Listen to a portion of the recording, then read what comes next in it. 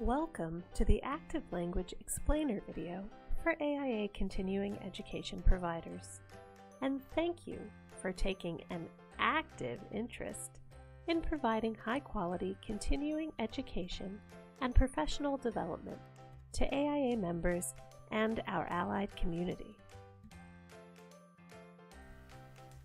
Let's start by establishing what we mean when we say active construction or active voice. We're talking about a sentence with a subject, a strong verb, and an object, where the subject acts on the object, like Jeff here, jumping the hurdle. Conversely, when you use passive construction, the subject receives the action, like here, where the hurdle gets the upper hand on Jeff. Take a look at these examples and start to think about why the active construction is stronger than the passive, even though they are both technically correct.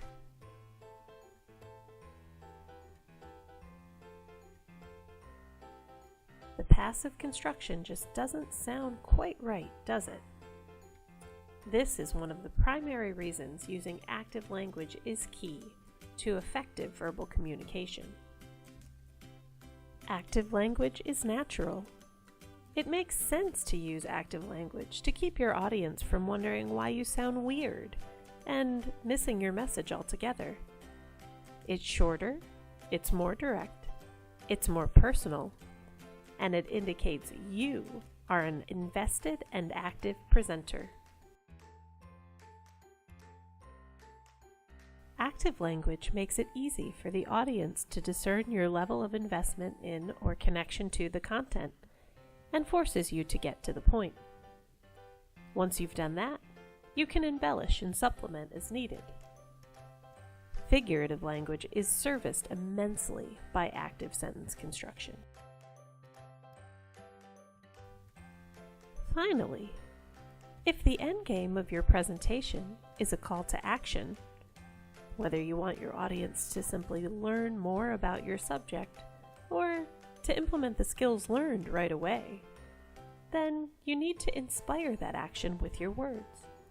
And an active language framework helps with this. If you want a room full of architects to do something, don't tell them this. Tell them this. See what we did there? We used active voice to inspire. You know who was really good at that? This guy. Think about it. If this historic speech started and continued like this, how might that have changed its effectiveness, its resonance, its staying power? Among other things, Martin Luther King Jr.'s I Have a Dream speech is a rhetorical blueprint for how to effectively use active language to inspire an audience to act. Here are just a few of the most basic, less literary examples of active construction from the speech that inspire a response from the audience. And isn't that the point? So will using active language make you a brilliant orator whose presentations have historic staying power? It can't hurt. I mean, first you need to be talking about something that matters, and you need an audience who has to care about what you have to say if they don't already. And there are a bunch of other necessary rhetorical elements that need to be considered when you're outlining and drafting your presentation. But after that, maybe, especially if you make a concerted effort to use strong active language. Remember, it's not that the world will be changed by architects, but that architects will change the world. And in your role as an AIA continuing education provider, you will help them do this. That's it.